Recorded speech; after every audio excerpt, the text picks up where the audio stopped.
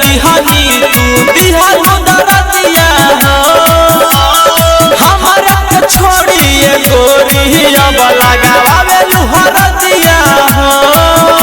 सुनए दिल जानी बया जब कहानी नहीं बाटे मोर कसूरवा हो। चलो न कहिले के भाग चलो करे जाए से पहले हमारा ससुरवा हो। चलो न कहिले के भाग चलो करे जाए से पहले हमारा ससुरवा हो। ले चलो ना हमारा ससुरवा हो। चलो न कहिले के भाग चलो करे जाए हमारा ससुरवा हो। तोहरा के जाने ली जनों से ज्यादा शादी करे के नहीं बाटे मोर इरादा। काहे तू छोड़ देलू हमर फिक्रिया खइले रहू साथी जिए के क्रिया। अरे सुनो ना तोहरा के जाने ली जनों से ज्यादा शादी करे के नहीं बाटे मोर इरादा।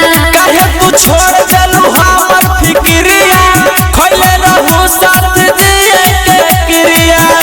बताव का हम करी जी कि हम मारी बगुंडा भसुरवा हो। चलो न कहिले के भाग चलो करे जाए से पहले हमारा ससुरवा हो। चलो न कहिले के भाग चलो करे जाए से पहले हमारा ससुरवा हो।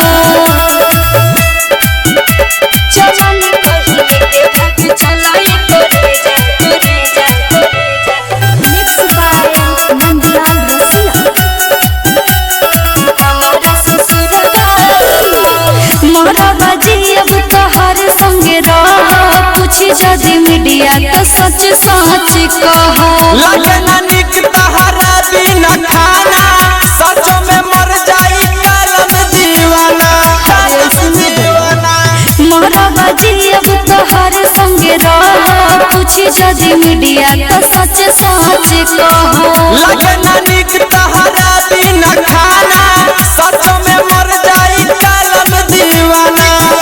सुनाए अमर जीत तू दिल ले ला जीत हम बानी बेकसूरवा हो। चलो न कहिले के भाग चलो करे जाए से पहले हमारा ससुरवा हो। चलो न कहिले के भाग चलो करे जाए से पहले हमारा ससुरवा हो। तिलो की रिकॉर्डिंग स्टूडियो छावड़ा दानो।